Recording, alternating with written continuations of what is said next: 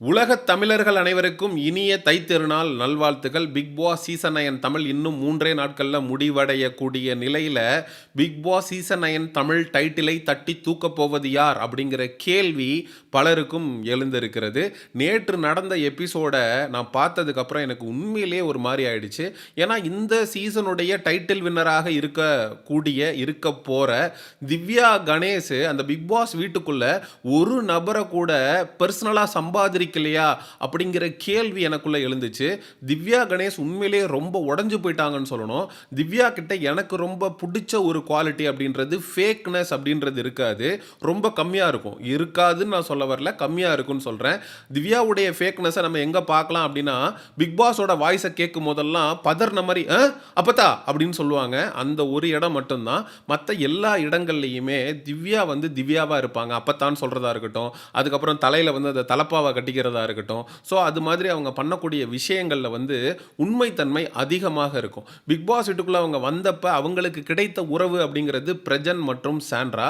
சாண்ட்ராவை தன்னுடைய அக்கா அப்படின்னு நினைச்சு தான் வந்து தான் பழகுனதாக திவ்யா பல இடங்கள்ல சொல்லியிருப்பாங்க. ஆனா அக்கான்னு நினைச்சு பழகுன சாண்ட்ராவே தன்னுடைய கணவனோடு சேர்த்து வைத்து திவ்யாவை தப்பா நினைச்சதை பத்தி திவ்யாவுக்கு தெரிய வரும்போது மிகப்பெரிய அளவில் அவங்க உடைஞ்சு போயிட்டாங்க. ஆக்சுவலாக விஜய் சேதுபதி அவர்களுடைய வீக்கெண்ட் எபிசோடில் இந்த கேமில் நீங்கள் யார் கூட தொடரணும், யார் கூட துண்டிக்கணும் அப்படின்னு சொல்லி பிரஜன் கிட்ட ஒரு கேள்வியை விஜய் சேதுபதி அவர்கள் எழுப்பிய பொழுது, என்னுடைய மனைவியான சாண்ட்ராவோடு நான் பிக் பாஸ் வீட்டுக்குள்ளே இந்த கேமை துண்டிக்கணும்னு நினைக்கிறேன், திவ்யாவோட தொடரணும்னு நினைக்கிறேன் அப்படின்னு சொல்லியிருப்பாரு. It's for the game. ஆனால் சாண்ட்ரா அதை எப்படி எடுத்துப்பாங்க அப்படின்னா, இந்த உலகம் ஃபுல்லாக இருக்கிற எல்லாரும் உன்னை பார்த்துட்டு இருக்காங்க, அவங்களுக்கு முன்னாடி உன்னுடைய பொண்டாட்டியை விட்டு கொடுத்து உன் பொண்டாட்டி கூட துண்டிக்கணும்னு சொல்லிட்டு இன்னொரு பொம்பளையோட நீ தொடரணும்னு சொல்றியே அப்படின்னு தன்னுடைய கணவரான பிரஜன் மேலேயே சேற்ற அள்ளி வீசியிருப்பாங்க. அதே மாதிரி திவ்யாவையும் பிரஜனையும் சேர்த்து வைத்து வியனாவோடு பாத்ரூம்குள்ள இதே சாண்ட்ரா பேசினதாக வியனா வந்து ரீஎன்ட்ரிக்கு அப்புறம் ஒப்புதல் வாக்குமூலத்தை கொடுத்துருப்பாங்க. அப்போது எந்த அளவுக்கு கேவலமாக தன்னுடைய கணவன் மற்றும் திவ்யாவை சேர்த்து வைத்து சாண்ட்ரா பேசியிருக்காங்க அப்படின்ற அந்த ஒரு உளவியல் அப்படிங்கிறது திவ்யாவை கண்டிப்பாக பலவீனப்படுத்தியிருக்கும். அதற்கான விளக்கத்தை பிரஜன் திரும்ப வந்து திவ்யாவுக்கு கொடுக்குறாரு. கொடுத்ததுக்கப்புறம் உண்மையிலேயே திவ்யா ரொம்ப உடஞ்சு போய்ட்றாங்க. சாண்ட்ராவை பார்க்கும்போது இப்படி நம்ம மேலே ஒரு பழியை போட்டுட்டாலேன்னு எந்த ஒரு பெண்ணுக்காக இருந்தாலும் இருக்கும். ஏன்னா பியோர்லி திவ்யா பிரஜன் கிட்ட அண்ணன் அப்படின்ற உறவு முறையை மனசில் வச்சு மட்டும்தான் பழகியிருக்கா. ஆனால் திவ்யா வந்து deserves lots of love and affection.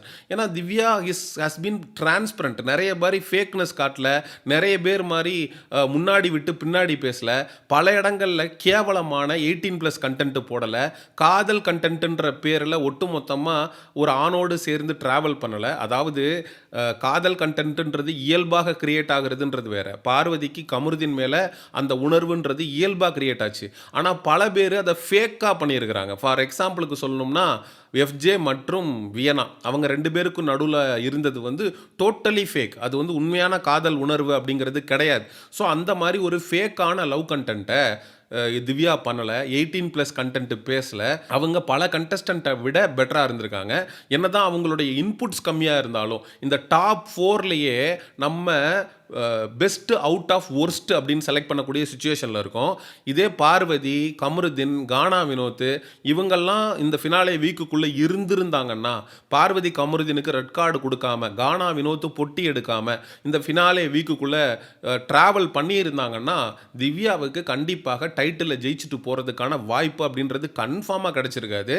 ஆனால் இவங்க யாருமே இல்லை, 2 பேர் ரெட் கார்டை வாங்கிட்டு வெளில போயிட்டாங்க, கானா வினோத் பெட்டியை தூக்கிட்டு வெளில போயிட்டாருங்கிறப்போ திவ்யாக்கான கதவுகள் அப்படிங்கிறது ரொம்ப எளிதில் திறக்கப்பட்டுருச்சு. பிக் பாஸ் சீசன் 9 தமிழுடைய வின்னர் திவ்யா அப்படிங்கிறதுல நமக்கு எந்த விதமான மாற்று கருத்தும் இல்லை.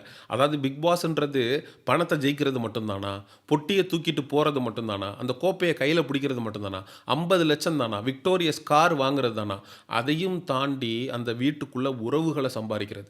அப்படி உறவுகளை எல்லாருமே சம்பாதிச்சிருக்கதா அவங்க வந்து சொல்கிறாங்க. ஒருத்தரை சொல்லணும்னு சொல்லி ஒவ்வொருத்தனா வந்து சொல்லும்போது எஃப்ஜே வந்து சபரியை சொல்கிறான், சபரி எஃப்ஜேவை சொல்கிறான், விக்ரம் கனித்திருவை சொல்கிறான், துஷார் ஆரோரா சின்க்ளேரை சொல்கிறான், சாண்ட்ரா வந்து அமித்தை சொல்கிறாங்க.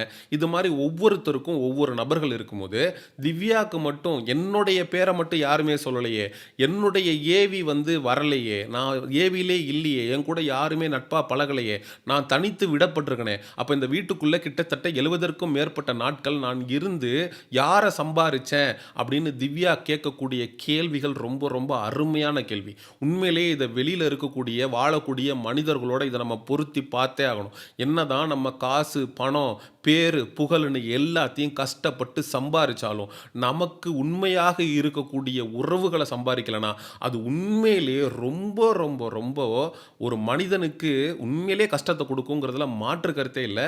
இந்த காசு பணம் பேர் புகழ் இது எல்லாத்தையும் தாண்டி மனித உறவுகளை உண்மையான உறவுகளை சம்பாதித்து வைக்கக்கூடியது ரொம்ப ரொம்ப முக்கியம் அப்படிங்கிறது திவ்யா நேற்று கதறி அழுகும் போது நான் உண்மையிலே புரிஞ்சுக்கிட்டேன்.